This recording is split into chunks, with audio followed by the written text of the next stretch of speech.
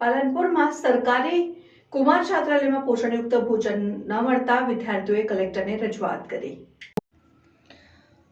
પાલનપુર ખાતે આવેલા અનુસૂચિત જાતિની સરકારી કુમાર છાત્રાલયમાં રહેતા 100 જેટલા વિદ્યાર્થીઓને પોષણયુક્ત ભોજન ન મળતા તમામ વિદ્યાર્થીઓ કલેક્ટર કચેરી ખાતે આવી પહોંચ્યા અને કલેક્ટરને સારું ભોજન મળી રહે તે માટે માંગ કરાઈ। કલેક્ટર કચેરી રજૂઆત કરવા આવેલા વિદ્યાર્થીઓએ જણાવ્યું કે અમે સરકારી છાત્રાલયમાં રહી પોલીસ પીએસઆઈ અને વિવિધ ક્ષેત્રે પરીક્ષા આપવા માટેની ફિઝિકલ તૈયારીઓ કરીએ છીએ। જો કે હોસ્ટેલમાં છેલ્લા કેટલાય સમયથી પોષણયુક્ત ભોજન ન મળતો હોવાથી અગાઉ અમે વોર્ડન અને નાયબ નિયામકને પણ રજૂઆત કરી હતી, પરંતુ તેમ છતાં પણ ભોજનમાં કોઈ જ પ્રકારનો સુધારો કરવામાં ન આવે।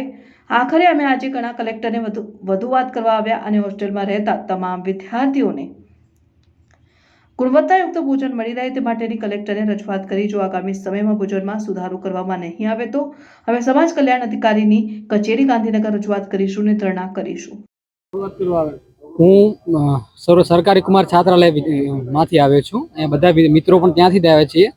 અત્યારે અમારે હોસ્ટેલમાં પોષણયુક્ત અને સારું ગુણવત્તાવાળું જમવાનું મળતું નથી। અમે 2-3 વર્ષ પહેલા પણ આની રજૂઆત કરી હતી, આ અંગેની લેખિત અરજી કરી હતી, પણ ત્યારે પણ કોઈ સંતોષકારક જવાબ મળ્યો નથી અને અત્યારે પણ 15-20 દિવસથી કોઈ સારું જમવાનું મળતું નથી, સંતોષકારક જમવાનું મળતું નથી, ગુણવત્તાસભર હોતું નથી। અત્યારે વિદ્યાર્થીઓ બધા પોલીસ, આર્મી અથવા એસએસસી જીડીની તૈયારી કરતા વિદ્યાર્થીઓ છે તે લોકોને પણ બહુ પરેશાની થાય છે અને જમવાનું સારું બનતું નથી। તેથી બધા જ લોકોએ નિર્ણય કર્યો, અમે અગાઉ અમારા નિયામક સાહેબને પણ આની વિગતે રજૂઆત કરી હતી અને જાણ કરી હતી, પણ અમને કોઈ સંતોષકારક જવાબ ન મળ્યો। તેથી બધા વિદ્યાર્થીઓ નિર્ણય કર્યો કે અમે કલેક્ટર સરને મળીશું અને લેખિત અરજી કરીશું અને આની અંગે જો અગાઉ અમને આની પછી પણ ભવિષ્યમાં કોઈ સારો પ્રત્યુત્તર નહીં મળે, જવાબ નહીં મળે તો અમે ભૂખ હડતાલ ઉપર આવી શકીએ છીએ।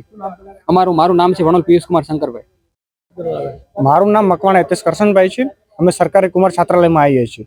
અમારી રજૂઆત એવી છે કલેક્ટર સાહેબને કે અમારો જમવાનું જે આવે છે એ મેન્યુ પ્રમાણે આવતું નથી। અમે વિદ્યાર્થીઓ દ્વારા જે મેન્યુ બનાવવામાં આવ્યું છે તે ફોલો કરવામાં આવતું નથી અને બીજું કે જે જમવાનું આવે છે પોષણયુક્ત આવતું નથી। ઘણો બધો જમવામાં પ્રોબ્લેમ છે। ક્યારેક કાંકરા પણ આવે છે, રોટલી બળેલી આવે છે, તો ક્યારેક વાસ પણ મારતી હોય છે, ક્યારેક છાત્રાલયમાં જે જમવાના મેન્યુ છે એનો સામાન પૂરતો નથી હોતો। આવા ઘણા પ્રશ્નો હતા। તો આ પહેલા અગાઉ અમે અમારા વોર્ડન સાહેબશ્રીને લેખિત અને મૌખિક જાણ કરી હતી। ત્યારબાદ અમે અમારા નિયામક સાહેબશ્રીને લેખિતમાં જાણ કરી હતી, પરંતુ અત્યાર સુધીમાં અમારો કોઈ પણ નિકાલ કરવામાં ન આવ્યો હતો પ્રશ્નનો।